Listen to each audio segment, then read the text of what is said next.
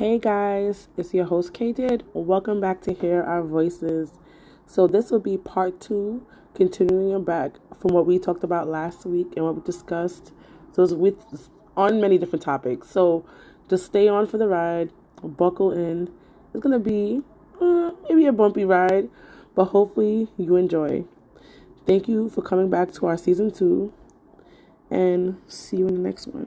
So it was extremely difficult, and I became more vocal in terms of trying to change that.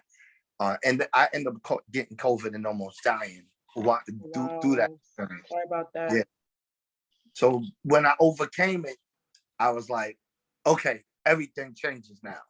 And that's kind of like the way I'm moving now. A lot of that comes from that. Oh, that's crazy. That's honestly, you had to go through a lot of stuff just to make sure you could be able to help others. And I understand why you picked the name now. I thought you just like my stage name is K Did. I picked the name Mhm. from when I was like doing acting, so people would not know that unless they actually know me. That's what my stage name was when I started acting. So it's like, but your name came because of a cause, and not you don't want people to retaliate and come against you because of what you're doing behind the scenes to help other people. And like you're just helping, as you said yourself, you're helping other people have a better life in the shelter in a bad predicament. We didn't know this was going to happen. We didn't think. More people thought 2020 because I feel like, especially when I was a little kid, I think we lived for 2020 to happen. I never even thought a day or a year would come like that. And when it finally did, we're like, oh my God, it's going to be so great. And when it finally came, we were like, this is not it.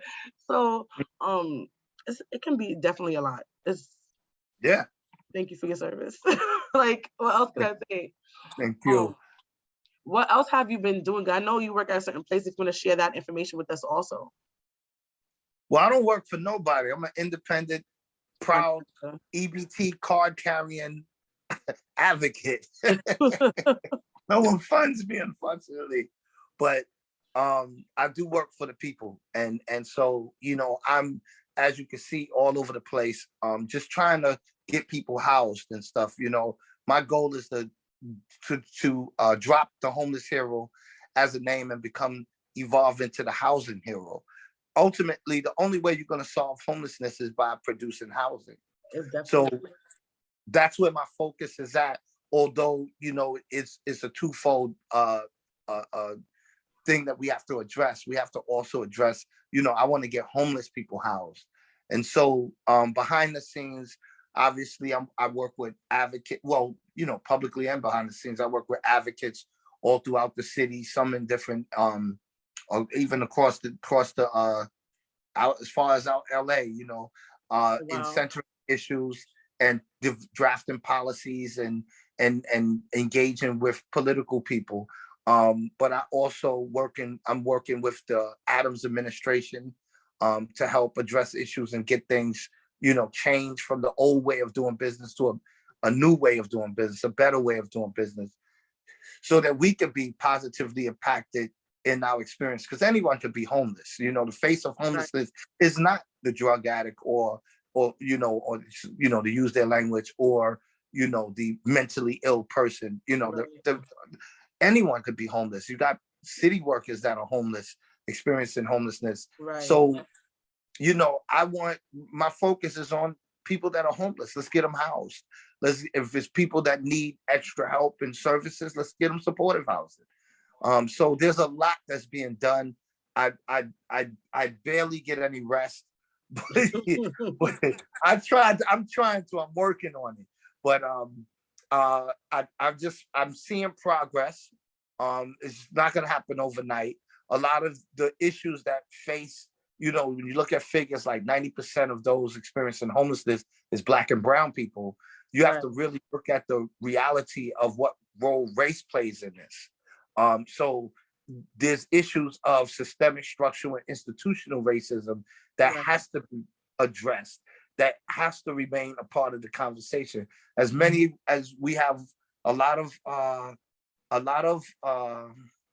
great white people and people that don't have lived experience who want to do good for people who may not be so fortunate or privileged. As great as that is, the reality is that we have to understand what our agenda needs to be and be the leaders in that discussion. Right. And so that's where it's important. I tell people to uplift, the voices of those directly impacted, because we know very well how this affects us from the standpoint of our race, and why this is so imbalanced and unfair towards us. It's understandable. And we know because we lived it. So it's one thing if you want to help, and that's great. Anybody who wants to help the cause, it's excellent that they want to help. But when you actually lived it, it's much different than just reading about it or seeing it. You know what I'm saying? Like I've never been street homeless, but obviously I went to the shelter, and I'm happy. Well, if you went into the shelter, that means you were homeless. No, I know that for a fact. I think it's much different than like I think street homeless and shelter. But I'm happy for like the stories I heard and the things that I seen when I was in the shelter. I'm happy a lot of things didn't happen to me, but the experience itself is depressing. It's just like people look at you crazy, people treat you crazy, and it's like the food there. I had to buy food basically every day because the food that they gave me, I couldn't eat it. Like, no, nothing, no salt, no pepper. It's frozen food. And the shelter I stayed in for over a year, they didn't even have, now I heard they have stoves. When I was there, they didn't have no stove. They only had microwaves. I don't even like microwave food. And they have the mini fridges and things like that. And it's like, I have a whole baby. It was just really inhumane. That's inhumane. It is. And those are the things that we got to do. I was fortunate that, I was in like a kitchenette type of place, like a hotel. Converted into a shelter. And the problem that we had first was that it was just my son and I. So they looked for, I guess it's about maximizing money or something. But a lot of those environments are either for all women, a lot of times they're for DV victims. And the thought of placing a male in a DV shelter was like challenging. But they're also in the beginning, they tried to place us in shelters that were like huge and horrible.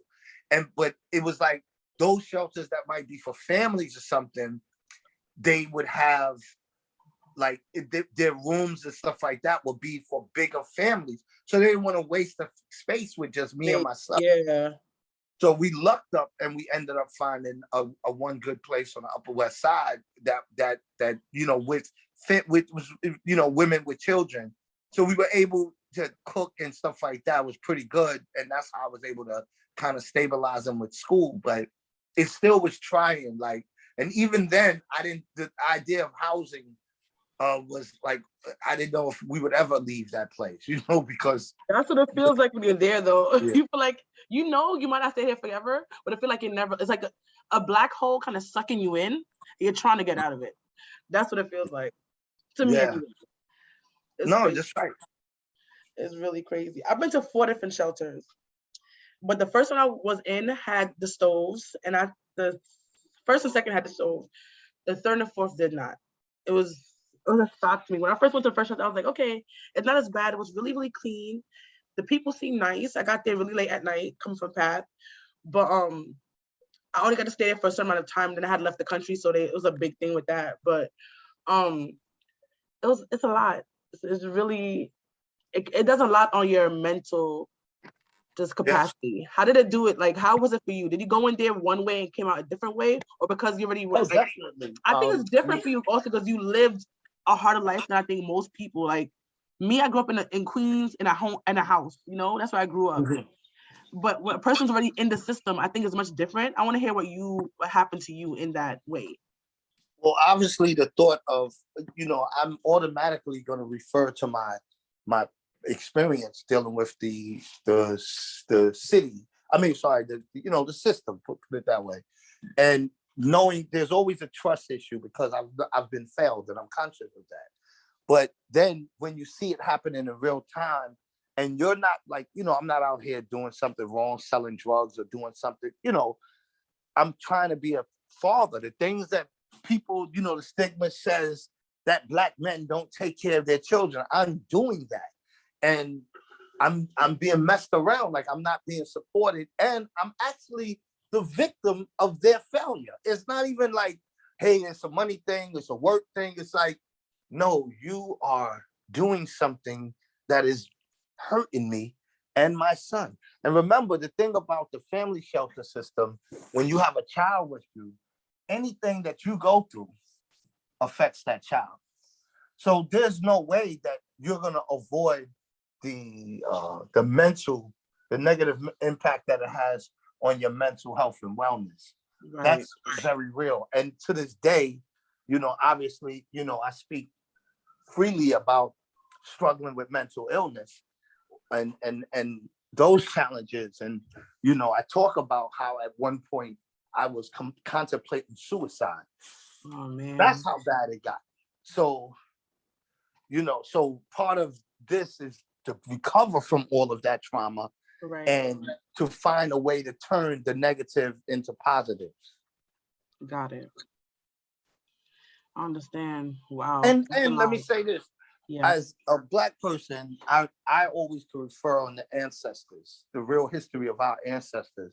Right. And I always think to people like Harriet Tubman and Frederick Douglass and so many people who rose up above negative circumstances to do great things. And in my mindset, I say, well, if they could do it, who am I to give up? Who am I to say I can't do it? And so I draw on the inspiration and try to channel their resiliency in order to address the issues that negatively impact us. And yeah, okay, I got my housing now. I should be good. I can go on with my life, start working and whatever, right? Yes. But I thought about everybody else that's still going through it, that's gonna go through it. And it's like, nah, you know what? I never stood up for me, my own sake. I stood up for all of these people. Why would I abandon the post simply because I got my own house apartment now? Right. Nah, you know what? Let me stay in the fight. And I'm gonna tell you, it's not that I don't know what this is supposed to be. I'm just going with the flow at this point. Right. It's like sometimes I'm like, yo, I don't believe that they just invited me to a gala. Right. I don't believe that I just won this award as Advocate of the Year. Like, I'm not doing it for that. But this happens. And I'm like, yo, you know what? When I was selling drugs, I ain't never get no awards. It's like, yo, you drug dealer of the year, champ. This is a better lifestyle for me. This is a better example to set for my kids, and other kids who may come across me or watch me. They could draw positive inspiration. And even some of my people that's still in the streets, I could let them see, like, yo, listen, we don't got to play that forever. Like, we can actually do some good and graduate out of it and get invited to galas and be advocates of the year and all that, So it's cool. It's still being, even though we're dealing with real situations and there's real hurt out there. Like, there's crisis moments that come, like when you see our homeless brothers and sisters being attacked. That's a crisis for me. Because I remember being lonely in them streets and that level of danger that in a moment's notice you could be killed. So that's triggering to me. That's like I go through something when things like that happen. So yeah, this is good in the activism, but it comes with its challenges because I have to relive a lot of that trauma. Right. So anyone who does that, I look at, like, I see their strength. I see their boldness. I see their resiliency, just the ability to just say something, just the ability to speak and to center their issue. I look at that and say, man, they strong. They strong. And that's where I draw my inspiration from. Got it. That's a lot. That's deep. Because honestly, I don't think about it like when I talk about it. I talk about it like honestly, like it's a book I read and I'm just repeating it back. I don't go back in the mindset of it because I think it probably would make me depressed if I did. Because when I was in it, I was it got to a point that I didn't leave my room. I just stayed in the room with my daughter in the dark, and only my phone and a tablet was on, and we ate and we took a shower. That was the consistency of our day because I got so depressed. I'm like, I know I'm not going to stay here forever. I just don't know where to go. And it felt like, like I said, a pit. And I don't want to go back to that place. Just thinking about it is like, this was sad. And if I saw somebody going through them, like, this is really sad. And it's like, you don't want to like snap out of it, because honestly, it's not easy to snap out of it, because you're going through something was so deep, and it's just this is not like, oh, you stub your finger, your toe, but you can't stub your finger, I guess. You stub your foot, and and you're like, it can go away a couple of pains. No, you're in a shelter. You don't have no home. You don't have a place. You don't have a key to your place. At the time, I was like 20 something years old, and I didn't think that my life as you're a child, you have so much dreams. Well, I had a lot of dreams. I thought I'd be an actor by now. I thought I'd be making 5,000. I thought I'd be getting Oscar, Grammys. I thought these are things I thought of my life. Yeah. For some reason, I thought I'd be homeless too. I don't know why. That's just something I thought was gonna happen, and it ended up happening anyway. Well, a lot of us actors and artists, a lot of us creators are experience homelessness at some point. Exactly. Steve Harvey did too. He was living in his home. I think Tyler Perry had a moment too. Yeah. And Steve Harvey, I remember his story, and which is very moving. And that's once again somebody else I draw inspiration from, because he said he worked so hard because he never want to go back to that. That's the thing too. Yes. And that's my mission now, because I've seen the revolving door. I've been a part of that cycle of getting a voucher, getting a house. 1 year later, I'm right back in the shelter. Oh, really? Like what? Yeah, of course. The voucher programs wasn't working. So guess what? I'm working tomorrow. Just to be honest, I'm sitting with the DSS commissioner, and one of the things we're doing is we're going to try to figure out how to improve the voucher system so that it doesn't become. Oh my God! I wish I was there for that. Oh my gosh, that is. Oh my gosh, put in some good ideas for us, please. I'm not on a voucher people. We're gonna have. This is just me and him one-on-one. But we're having a bigger meeting that we want to involve the voices of other directly impacted people, because that's one of the most important things, not just Sham's voice, because everybody, although we're all experiencing homelessness in some ways, everybody's experience ain't the same. What a woman has to go through is not necessarily what a man has to go through. And that's a unique experience that only that woman could speak on, from the standpoint of, just certain things. Like I learn from everybody, and sometimes when I hear certain stories, a person that's coming out of prison and then paroled to a shelter or the streets, their stories is so much different. A woman that's in the streets and can't access menstrual products, or in a shelter that's not provided. Those things are things that I might not even think about, because it's not my experience. But when you hear of it, you're like, whoa, this is a problem that has to be addressed. And so I try to involve as many directly impacted people in these conversations, so that those that are charged with running these systems can improve it, so that it works for not just Sham, but it works for all of us. Right. But it's so much things. I feel like the shelters, first of all, the rooms are hella expensive. Let's start off with that. And they can't give us base. I talk about this all the time. I need a toilet tissue. But at the time, I didn't have the money to buy toilet tissue. That's how broke I was, right? Mm-hmm. And these people said, oh, we don't provide that. We only provide it when you first come in. I've had every day. Just think about that. Just something as basic as toilet paper. And I've had people ration toilet paper, like, roll up a couple of things. Here's one for you. Here's one for your son. I'm like, what the? That's crazy. And like you said, with all of the money that they get, you would think that something as humane as providing toilet paper would be provided. No. Exactly.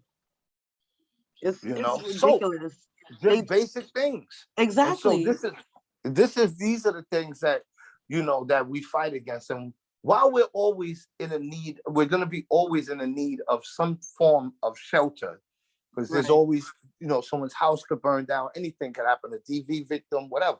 Right. We don't want to see an increase in the industrial shelter complex.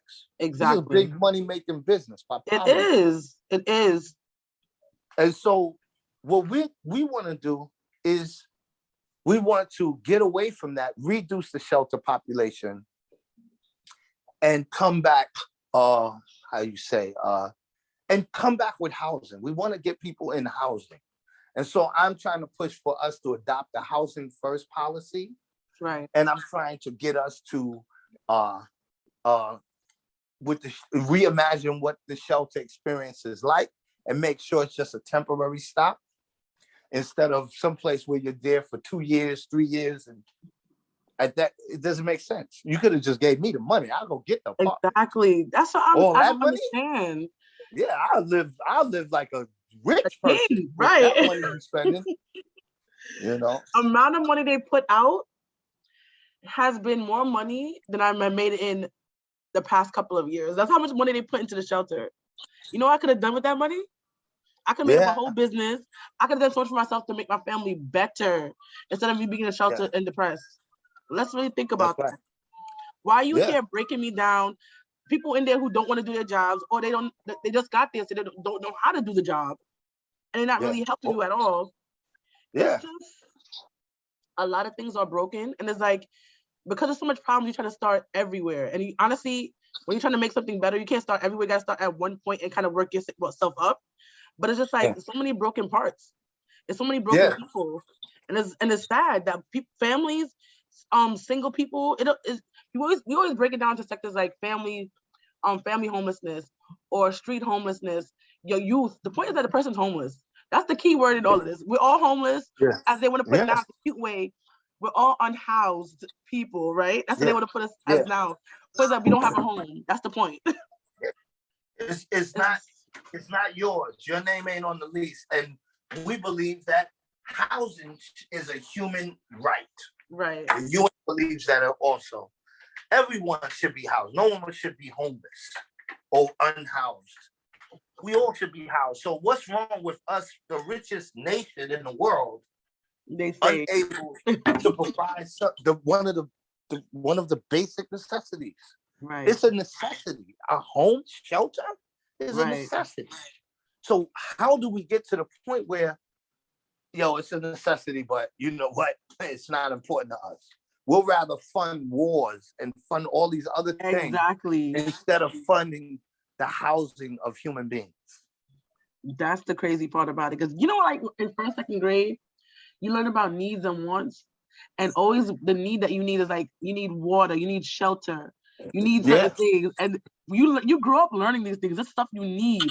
But yet, I go homeless. So you're telling me I need these things, but it's really not a need because you're not trying to help me get it.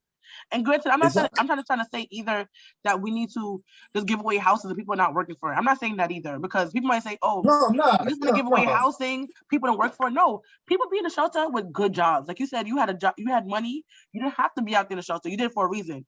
My circumstances, I was I first tried to go in and they didn't accept me a couple of times, 8 months pregnant on bed rest. When I needed the help, they was like, nah, I'm not helping you. 8 months pregnant.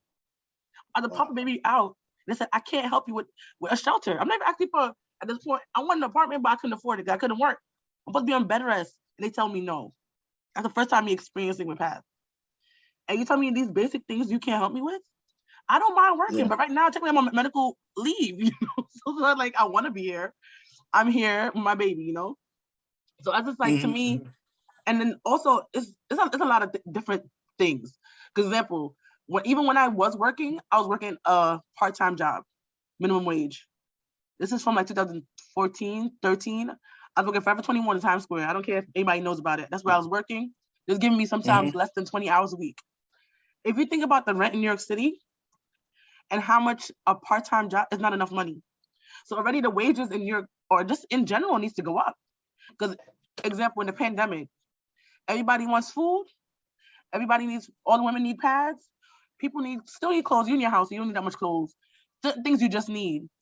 But the people who are working in these stores every day, who risk their lives, the people who are driving the train, driving the bus, well, they get paid actually pretty good money, so I can't really complain about that.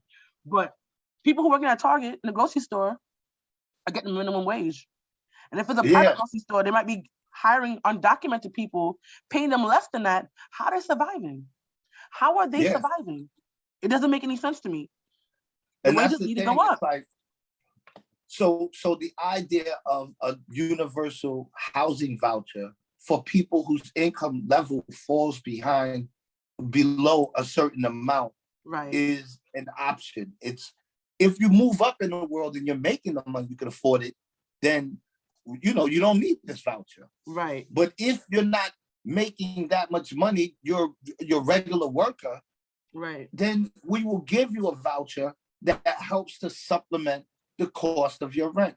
And that's one of the pushes that we're pushing for, is to have this universal voucher so that people don't have to choose between feeding a child at night and having car fare to get to work. That's the problem. People can say, let me start saving and putting away for my child's college education. Exactly. Instead of saying when the child is 14, you have to go to work. Or 16, I don't know, you got to leave school. You can't go to college, but we need to help with these bills. That's not good for people. It's crazy. It's a problem. Yeah. And there's so many things that needs to be fixed. Like I said before, it's just like, where do you start? Where do you really start? I don't know. Well, we start, why?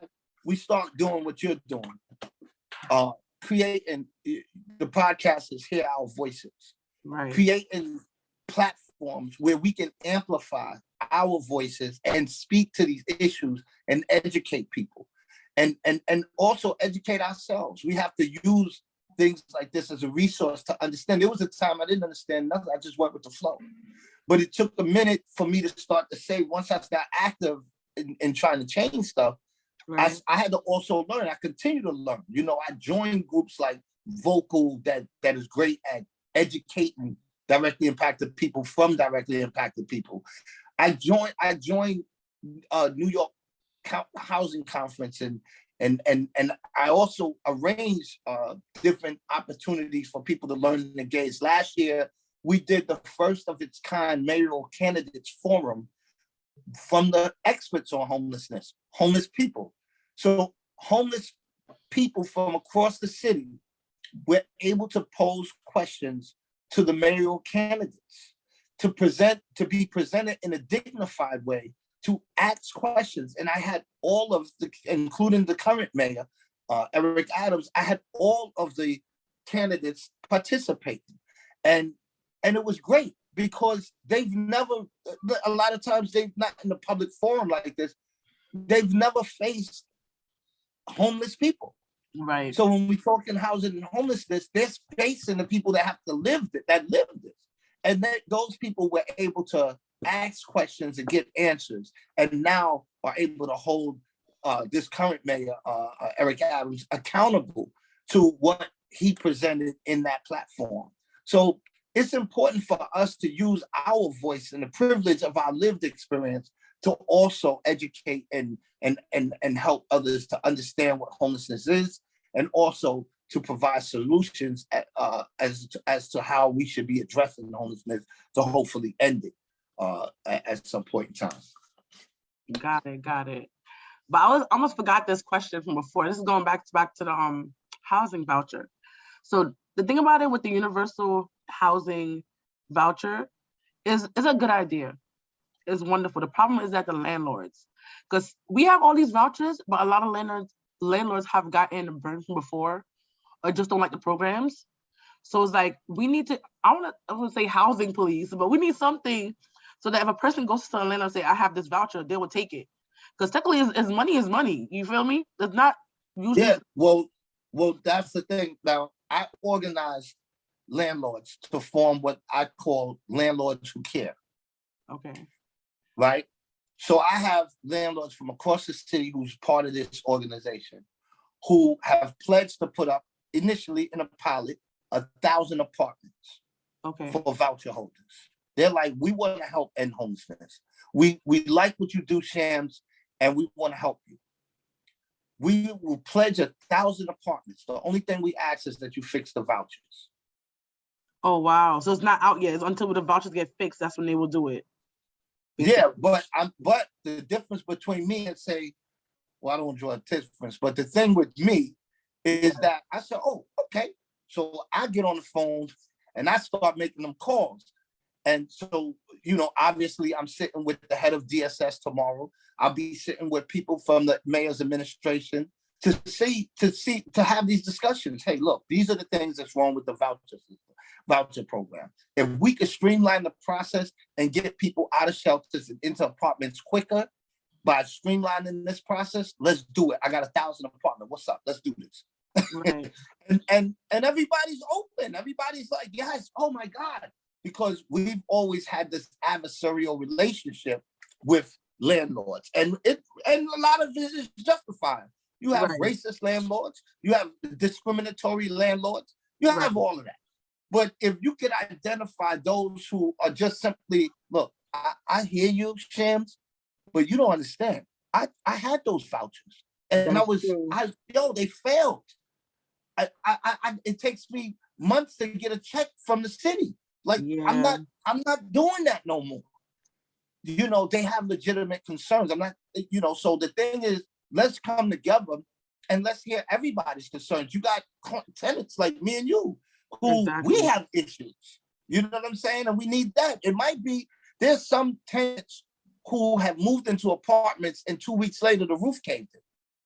Wow. So now to my landlords, it's like, yo, you got to make sure you're not giving us no patch-up jobs. And, we all got to be at the table addressing these issues. And that's what, in the next coming days and you're going to see start to roll out, because that's where I'm going with this.